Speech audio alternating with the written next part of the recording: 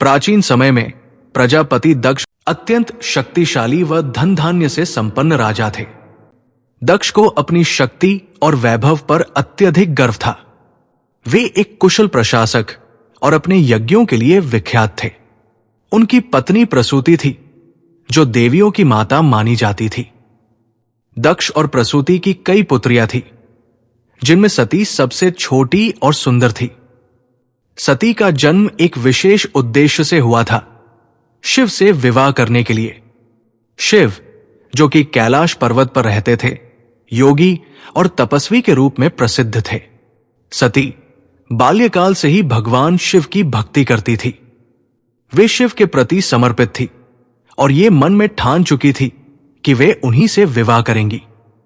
दूसरी ओर शिव पूरी तरह तपस्या और साधना में लीन रहते थे। एक दिन नारद मुनि ने सती से कहा कि उनका विवाह भगवान शिव से ही लिखा है। इस बात से सती अत्यंत प्रसन्न हुई। उन्होंने शिव को प्रसन्न करने के लिए कठिन तपस्या की।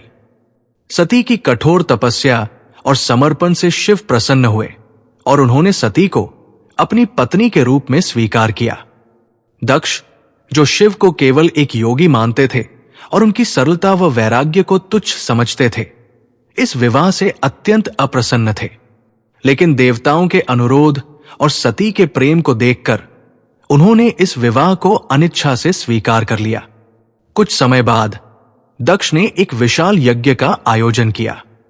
इस यज्ञ में सभी देवताओं, ऋषियों और राजाओं को आमंत्रित किया, लेकिन शिव और सती को निमंत्रण नहीं भेजा गया। दरअसल शिवजी का अपमान करना दक्ष का उद्देश्य था। सती को जब यह पता चला कि उनके पिता ने शिवजी को निमंत्रण नहीं भेजा, तो वे अत्यंत क्रोधित और दुखी हुई। सती ने अपने पति शिव से यज्ञ में जाने की इच्छा व्यक्त की।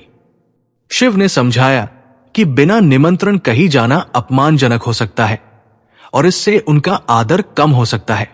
लेकिन सती ने अपने पिता से बात करने और स्थिति सुधारने के लिए जाने का निश्चय किया। सती यज्ञ स्थल पर पहुंची, लेकिन वहां का वातावरण उनके लिए अप्रिय था। दक्ष ने यज्ञ में शिव के बारे में अपमानजनक बातें कही।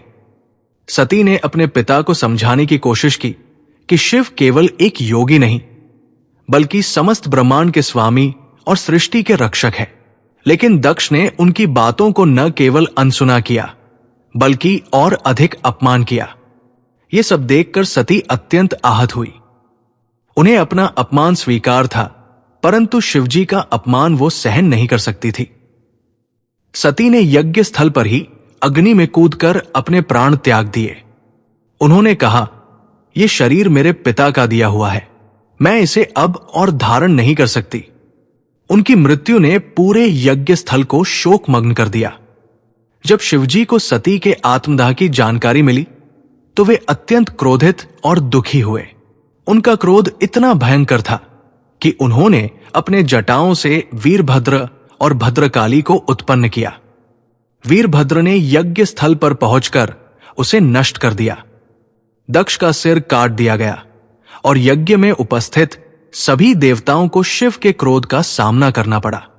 बाद में देवताओं के प्रार्थना करने पर शिव ने दक्ष को जीवन दान दिया, लेकिन उनके सिर की जगह बकरे का सिर लगा दिया। दक्ष ने शिव से क्षमा मांगी और उन्हें सर्वोच्च देवता के रूप में स्वीकार किया।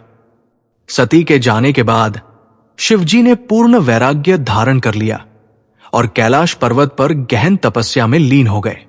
सती ने हिमालयराज की पुत्री पार्वती के रूप में पुनर्जन्म लिया। पार्वती ने भी शिव को पाने के लिए कठिन तपस्या की। अंततः शिव ने पार्वती को अपनी पत्नी के रूप में स्वीकार किया और यह मिलन सती और शिव के प्रेम की पुनः स्थापना थी। यह कथा कई संदेश देती है। 1. प्रेम और समर्पण। सती और शिव का प्रेम निस्वार्थ और शाश्वत है। 2. अहंकार का विनाश। दक्ष का अहंकार अंततः उनके पतन का कारण बना। 3. त्याग और पुनर्जन्म। सती का त्याग और पार्वती के रूप में पुनर्जन्म इस बात का प्रतीक है कि आत्मा अमर है। 4. धार्मिकता का सम्मान। भगवान शिव का क्रोध यह दर्शाता है कि धर्म और सत्य का अपमान सहन नहीं किया जा सकता।